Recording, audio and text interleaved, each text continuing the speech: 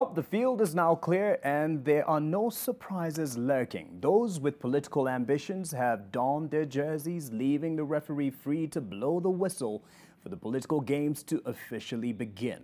But their entry into the political fray has left the technical bench depleted. As the players busy themselves with scoring a place in the next government's lineup, what of those who are still in the field? Olive Burrows explores. This briefing is important because it marks my last day for me as a Cabinet Secretary, Ministry of Water, Sanitation and Irrigation in the Republic of Kenya. I tendered my resignation from my position in the government to His Excellency the President, Honorable Uhuru Kenyatta. Following the resignation of 4 cabinet secretaries by Wednesday, President Uhuru Kenyatta was several men down. Not to mention his chief of staff, principal secretaries, chief administrative secretaries, county commissioners, their deputies, and the list goes on.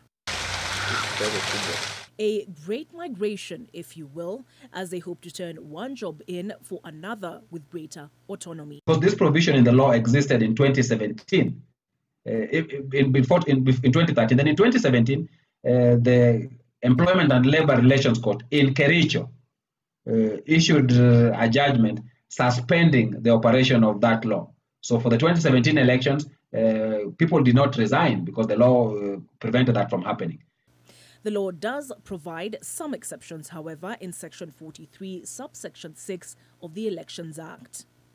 The stipulation that a public officer who intends to contest an election shall resign at least 6 months before the date of said election, not applying to the president, his deputy, members of parliament, governors, their deputies, and members of county assembly. It's unfortunate that because of different judgments of the court, it made it very difficult for even those people who are intending to resign to know, should I resign or should I not resign? But that was clarified yesterday by the Court of Appeal. Given the mass exit from government, who then will concentrate on the business of government with 6 months left on President Uhuru Kenyatta's tenure? Tunaingia kipindi ya siasa. Kila mtu ako na uhuru sasa. Wale ambao wametangulia na wale ambao tunaingia. Na niliambia watu hii ni marathon. You know of instances in the past where cabinet secretaries resigned out of corruption allegations and the cabinet secretary is holding 2 positions.